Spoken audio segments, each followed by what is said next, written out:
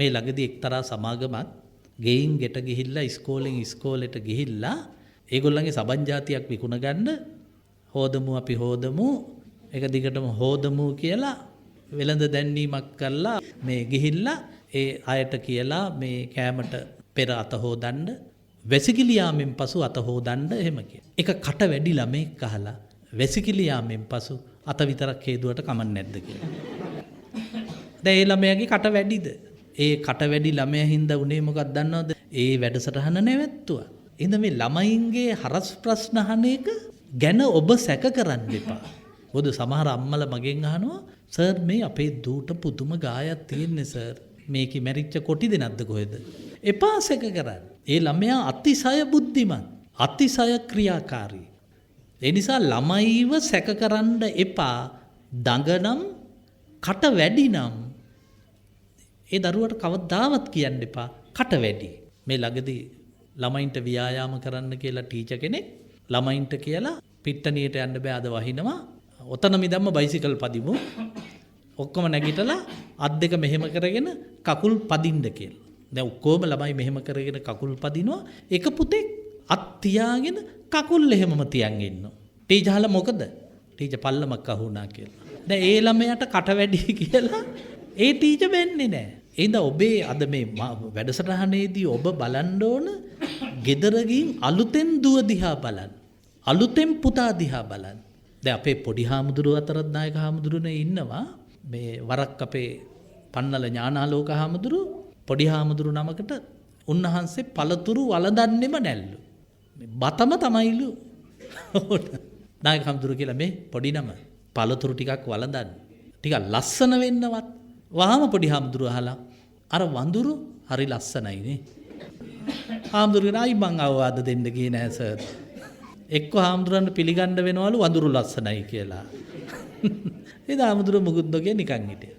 ඒ අද ඉපදෙන ළමයින්ගේ හැටි. ඒ ළමයින්ට අර මට දැන් මම අකුරු කරනකොට වගේ නෙවෙයි අද ළමයි. මම මේ ළමයෙකුට අකුරු කියවන්න ගියානේ. මං අයන්න කිව්වා. ඒ ළමයා ඔව් කිව්වා. මං ඊට පස්සේ ආයන්න කිව්වා. ඔව් ඇයි ප්‍රශ්නයක්ද කියලා ඇහුවා. දැන් මං කට වැඩි කියලා නිකන් හිටියේ නේ.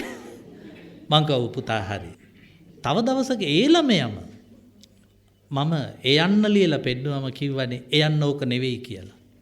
මම ඉතින් hina වෙවි. එහෙමනම් එයන්න කොහමද? මෙන්න මාමේ එයන්න. කොම්බුවක් ලිව්වා. මගෙන් අහුව මේ මොකක්ද? මං කව කොම්බුවක්. කයන්න ලිව්වා. මං කව දැන් නම් කියන්න. ඕක කියන්න නම් මාමේ මෙන්න එයන්න. කොම්බුවක් ලියලා අයන්නක් ලිව්වා. කොම්බුවයි කයන්න නයි කියන්න නම් කොම්බුවයි අයන්නයි එයන්න තමයි. මං එයාගෙන් මම පුතේ එතකොට ඉයන්න මේ අයන්න ලියලා තොප්පිය දාන්න කිව්වා. මං කව ඔයන්න කොම්බුව ලියලා අයනු ලියලා ඇලපිල්ල දාන්න. ඉතින් ඒ ළමයා ගැන මං සැක කරන්න ඕනද? මම කල්පනා කළා ඇත්තටම කුමාරතුංග මුනිදාසට කලින් මේ බබා ඉපදුනා නම් ලංකාවේ ස්වර තියෙන්නේ එකයි. දැන් 18ක් තියෙනවා. ඉතින් මට නම් මේ પરම්පරාව ගැන සැකයක් නෑ. ඒ කට වැඩි ළමයි ගැන ආඩම්බර වෙන්න. කට අඩු නම් දුක් වෙන්න. අනේ මගේ ළමයා එකට එක කියන්නෙත් නෑනේ. කියන දේ මහන් ඉන්නවනේ. කියන දේ මහන් ඉන්න අය හොඳ ළමයි නෙවෙයි. දැන් ඔබ සැක කරන්නේ කට වැඩි ළමයි නරකයි. මං ආදරේ කරන්නේ කට වැඩි හරස් ප්‍රශ්න අහන ළමයින්ට. මේක නම් මට වෙච්ච දෙයක් නෙවෙයි. අපේ වසන්ත බණ්ඩාර දුක්ගන්නාරාල මිත්‍රයාට මොන්ටිසෝරියක උගන්වන්න හම්බ වෙලා එක දවසක්. ඔය මොන්ටිසෝරි ළමයින්ට අපිවත් හිටපු ගමන් ඇදගෙන යනවා ඔය ගුරුවරියෝ අනේ කතාවක් කරන්න කියලා. ටීචර් මට කැමති වුණාට අර බබාලා කැමති නෑනේ. දවසක් මමත් ගියා එහෙම එකකට. මං දුකාගේ කතාව පස්සේ කියන්නම්. මම ගිහිල්ලා දැන් කතාව කරන්න කියලා ඒ මොන්ටිසෝරියේ ළඟම බංකුවේ ළඟටම ගිහිල්ලා ටික බලන් හිටියා. ළඟම හිටපු බබා මගේ කලිසමෙන් අදිනවා. මං බැලුවේ ඇයි පුතේ? එයා මගෙන් අහනවා මං නිදාගත්තට කමක් නැද්ද? මං ගා නිදාගන්න. මං කතාව කළේ නෑ. දුකාට වුණු දේ මේ කට වැඩි ළමයි. දුකා ගිහිල්ලා ළමයින්ට කියලා මේ ඉන්නේ හාවෝ පහක්. හොඳට බලාගන්න. හාවෝ පහක්. දැන් දුකා හැදුවේ මෙතනින් හාවෝ පහක් හිටියා. ඔන්න දෙන්නෙක් ගියා. දැන් කීයද? මොන්ටිසෝරි ළමයිනේ. දුකා දැන් මෙන්න ආවෝ 5ක් කියනකොට එක ළමෙක් අහලා මාමේ ඔය මුද්දක් දාගෙන ඉන්නේ බැදපුහා වෙද්ද කියලා. ඒ කියන්නේ ළමයා තමයි පන්ති ඉන්න බුද්ධිමත්ම ළමයා. කට වැඩි දඟකාර. ඒ කියන්නේ සෙග්ගු ජාතකේ ඉඳලා හිටලා හම්බ වෙච්ච ළමයා අද හැම ගෙදරකම දුවගේ කට වැඩි. පුතාගේ කට වැඩි. එහෙනම් මේ අයව සැක කිරීම අපි නවත්තන්න. බුද්ධිමතුන් පහළ වෙන්නේ ප්‍රශ්න කරන්නේ නැති ළමයින්ගේ. අයිසෙක් නිව්ටන් ගාක් යට වාඩි වෙලා ඉඳලා ගෙඩියක් වැටිලා නිව්ටන් ඒකෙන් ප්‍රශ්න කළා ඇයි වැටුනේ? ඇයි උඩට ගියේ නැත්තේ? ඇයි හරහට ගියේ නැත්තේ? නිව්ටන් හොයාගත්තා ගුරුත්වාකර්ෂණය. දැන් ලංකාවෙත් ගෙඩි වැටුණානේ ඔයිට කලින්. අපි කලේ ඒක කාලා බුදිය ගත්ත අනික වැටෙන කාලා. ඒ කියන්නේ අපිට ගුරුත්වාකර්ෂණය හොයාගන්න බැරි වුණා. ඒ බැරි වුණේ අපි ප්‍රශ්න නොකරපු හින්දා. එහෙනම් මේ අද ළමයින්ගේ තියෙන මේ විශේෂ ගුණය ඒක ගැන කතා කරන්න. දරුවෝ රකින්න ඒක වෙනම දෙයක්. පනසේ රකින්න. මොකද අද දරුවෝ දිනකට හාමුදුරුවනේ පිරිමි ළමයි 4 දෙනෙක්වත් නාන්න ගිහිල්ලා මැරෙනවා. මේ නාන්න ගිහිල්ලා. එක්ක මූදේ එක්ක ගඟේ. අද රෑ ප්‍රවෘත්ති බලන්න දෙන්නෙක්ම මැරෙලා නැද්ද කියලා නාන්න ගිහිල්ලා. තව ත්‍රිරෝද රථය හැප්පිලා පිරිමි දෙන්නෙක් මැරෙනවා දිනකට. හැමදාම මැරෙනවා. බයිසිකල් එකකින් පෙරලිලා දෙන්නෙක් මැරෙනවා. දිනපතාම. ඒ මැරෙන්නේ පිරිමි ළමයි.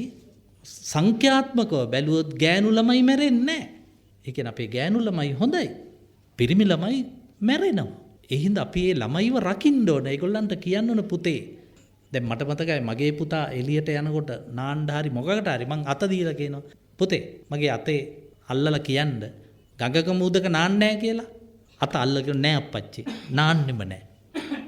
එයා මට දැන් කියනවා ඇවිත් එයා දැන් ඉන්නේ ජපානේ.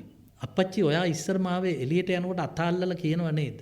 වතුර ළඟට ගියාම මතක් වෙනවලු අප්පච්චි අත ඇල්ලලා ගත්ත පොරොන්දුව. ඇත්තටම හැම දරුවෙක්ම ගෙදරින් යනකොට ගන්න පොරොන්දුවක්. අත අල්ලලා ඔළුව අත ගාලා අම්මයට පුළුවන් දුවේ මගේ ඔළුව අත තියලා කියන්න වැරදි ගමනක් නෙවෙයි යන්නේ කියලා. ඒ පොරොන්දුව කඩ කරන්න දරුවෙකුට බෑ. එහෙනම් අපි කාට හරි පොරොන්දුවක් වෙන්න ඕන. අපි උසස් පෙළ පන්තියේ පටන් ගන්න දවසේ නිශාන්ත ඉටිපන්දම පත්තු කළා ප්‍රතිඥාවක් දුන්නොත් අද ඇරඹූ මේ ගමන මම ඉහළ අධ්‍යාපනයේ මිස නොනවතිමි. ඒ ප්‍රතිඥාව දුන්නේ 100ක් නම් එයින් 60ක්වත් ඉහළට යනවා. කඩු ගන්නාවේ පොය දවසක මං හවස පන්සලකට ගියා. රූපවාහිනී වැඩසටහන ඉවර වෙලා. මං ඒ ආයත කතන්දර 6ක් විතර කියලා දුන්නා ජාතක කතා. මං අන්තිමට කිව්වා මම ඊළඟ පොය දවසේ එන්නම්. තව 6ක් කියලා දෙන්න. එක අත්තම්ම කෙනෙක් නැගිට්ටනේ.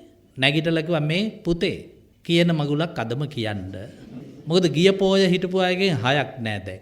දැන් ලබන පොය වෙනකල් හිටියොත් මාත් නැති වෙයි. මං ඒ ඊළඟ පොය කියන්න හිටපු එකේ වෙලෙම කියලා ආවා. ඒ අම්මා කට වැඩි ඒ අම්මගේ. මං කිව්වේ නෑ අත්තම්මා කට වැඩි. මං hina වෙවි ඔව් අම්මේ මං කියලා දෙනවා. ඒ වගේ මේ කට වැඩිකම කවුරු ළඟත් තියෙන්න පුළුවන්. අපි බලමු උම්මග්ග ජාතකේ. හැමෝම දන්නවා මහෝදද පඬිතුමා තමයි උම්මග්ග ජාතකේ මහා මොලකාරයා. මහා මොලකාරයා. මේ මහා මොලකාරයා අවසානයේදී වේදේහ මැරෙනවා. මැරුණම දැන් මහා මොලකාරයාට රස්සාව නැහැ. මහෝසදට. ඔහු යනවා චූලනී බ්‍රහ්මදත්ත කියන රජුරුව ළඟට වැඩට. ඒ කියන්නේ පුරෝහිතකමට. ගියාම චූලනී බ්‍රහ්මදත්ත පඩි වැඩියෙන් දෙනවා කියලා තමයි ගත්තේ. වේදේහ දුන්නට වඩා ලොකු පඩියක් දෙනවා. මාසයක් වැඩ කළා තිබ්බ පඩියව දුන්නේ නැහැ. පස්සේ මෙයාට දැන් හරි සැකයි. ඇයි මට පඩි දෙන්නේ නැත්තේ? මේ මහා මොලකාරයාට තේරෙන්නේ මේක විසඳ ගන්න. ඔය අතර ඔය පළාතේ හිටිය අපේ හාමුදුරුවනේ පරිබ්‍රාජිකාවක්, කාන්තාවක්, අපි උපාසිකාවක් කියමුකෝ. එතුමිය ආවා චූලනීගේ රාජසභාව පැත්තේ මහෝසද ඉන්නවා. මෙයා ළඟ ඉන්න කෙනෙක්ගෙන් අහනවා අර මහා පිරිමි පඬිතුමා අරයද? ඔක්කොම කියන ඔව් ඒ මහෝසද තමයි. බලමුකෝ එයාගේ මොලේ කොහොමද කියලා. අත මෙහෙම කරලා අහනවා. කටෙන් නෙවෙයි පිච්චරයි අහන්නේ. එතකොටම මහෝසද අත මෙහෙම කරලා පෙන්නනවා. පරිබ්‍රාජිකාව මෙහෙම කරනවා. ඔළුවේ කොණ්ඩේ කපන විදිය පෙන්නලා නිකන් බෙල්ල කපනවා වගේ. එතකොට මහෝසද බඩ පෙන්නනවා. දැන් මේක බලාගෙන ඉන්නවා රාජ්‍ය ඔත්තු සේවය. රහස් ඔත්තු සේවය කෙලින්ම ගිහිල්ලා රජුට වාර්තා කරනවා. ඒගොල්ලෝ සැකෙන්නේ බලන්න. ඒගොල්ලෝ සැකෙන් ගිහිල්ලා කියනවා මේ රාජකීය කුමන්ත්‍රණයක් අහු වුණා. මාවොද පඬිතුමාගෙන් ඇහුවා පරිබ්‍රාජිකාව ආණ්ඩුව අල්ලන්නේ කවදද? එතකොට මාවොද කිව්වා මෙහෙම කළා කඩුව අහු වෙච්ච ගමන් අල්ලනවා. එතකොට පරිබ්‍රාජිකාව කිව්වා රජතුමනි කපන්න බෙල්ල. එතකොට මොකද වුනේ? රාජ ඔත්තු සේවය කියලා මාවොද බඩ පෙන්නලා කිව්වා බෙල්ල ෂුවර් නෑ බඩට මානිනවා කියලා. දැන් රජුරවන්ට නිින්ද යන්නේ නැහැ සැකයි. මේක ඇත්තද දන්නේ නැහැ මේ රහස් ඔත්තු සේවයේ බුද්ධිමතුන්නේ බුද්ධියන්සේනේ මේක වාර්තා කළේ. රජුරව ගෙන්නවා දෙන්නම්. ඇත්තද ඔබ ආණ්ඩුව අල්ලන්න කියලා බල කළා මාවොසදට. මාවොසද කිව්වා කඩුව හම්බුණාම. ඔබ යෝජනා කළා මගේ බෙල්ල කපන්න. මාවොසද කිව්වා මගේ බඩට අනිනවා. hina වෙලා පරිබ්‍රාජිකාව කියනවා නෑ රජතුමනි මං ඇහුවේ අත මෙහෙම කරලා පඩි හම්බුණාද? එතකොට මාවොසද කිව්වා මෙච්චරක්වත් හම්බුන්නේ නෑ. මං කිව්වා එහෙනම් මොකටද ඔතන ඉන්නේ? කෙස් කපලා පැවිදි වෙන්න. එතකොට මාවොසද කිව්වා රකින්න බඩවල් ගොඩක් තියෙනවා. ඒක අහපු ගමන්ම වේදේ චූලනී බ්‍රහ්මදත්ත රජුරෝ මාවොසදගේ ගෙදරට කහවණු ගෙනල්ලා පුරවනවා. දැන් මාවොසද වෙවුලනවා. රජෙක් කෙනෙකු මරනවා නම් හෙට අද වැඩියෙන් සල්ලි දෙනවා. මහෝසද නැමැති උම්මග්ග ජාතකයේ මහා පඬිවරයා දූවගෙන යනවා පරිබ්‍රාජිකාව ළඟට. අනේ මාව මරන්නයි යන්නේ පරිබ්‍රාජිකාව. ඔබතුමීටවත් බැරිද මාව බේරගන්න? එයා කියනවා හා මම බේරගන්නම්. කෙලින්ම යනවා චූලනී ළඟට පරිබ්‍රාජිකාව.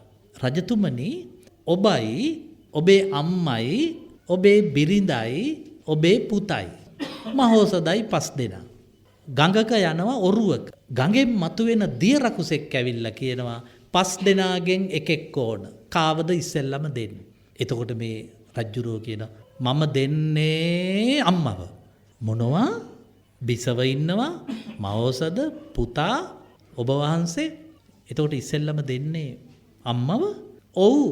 ඇයි ඔබතුමී දන්නේ අපේ අම්මගේ වයස 85යි.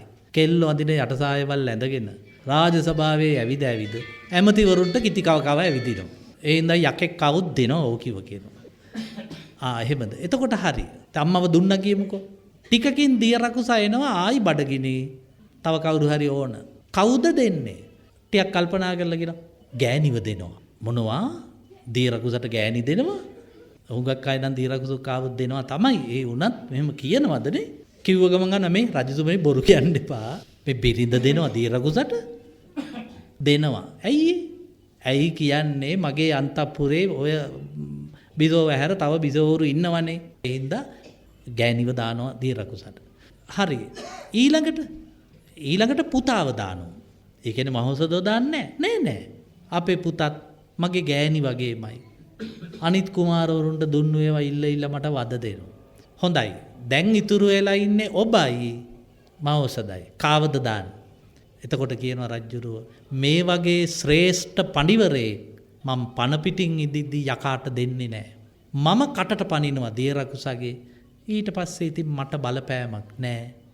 වහාම පරිබ්‍රාජිකාව ඇවිත් කියනවා මහෝසදට බය වෙන්න එපා පඬිතුමනි රජතුමා ඇත්ත කියලා තියෙනවා. මට කියන්න ඕන මොකක්ද දන්නවද නිශාන්ත? මේ මහා උම්මග්ග ජාතකේ මහා මොලකාරයා ගැහණියක්. හැබැයි රටම දන්නේ මහා මොලකාරයා මහෞෂධ කියලා.